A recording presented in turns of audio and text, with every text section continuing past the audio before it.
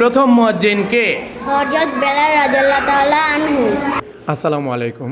ওদেরকে সবসময় পড়াশোনায় ব্যস্ত রাখবেন, তাতে সে খুব শিক্ষিত হয়ে যাবে এটা আমি বিশ্বাস করি না।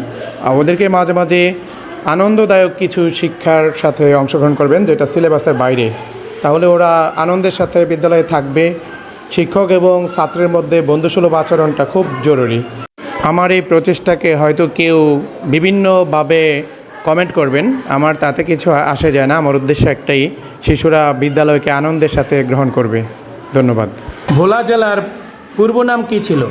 শাহবাজপুর। সাতক্ষীরা জেলার পূর্ব নাম কী ছিল? সাতগড়িয়া।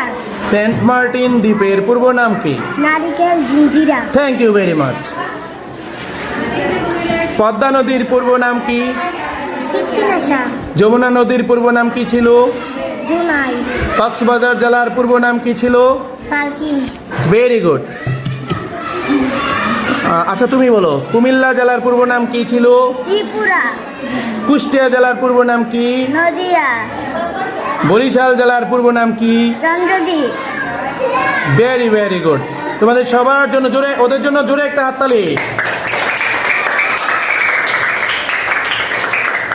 আজকের কুইজ প্রতিযোগিতায় 3 জন এককভাবে সেরা হয়েছে। ধন্যবাদ তোমাদেরকে।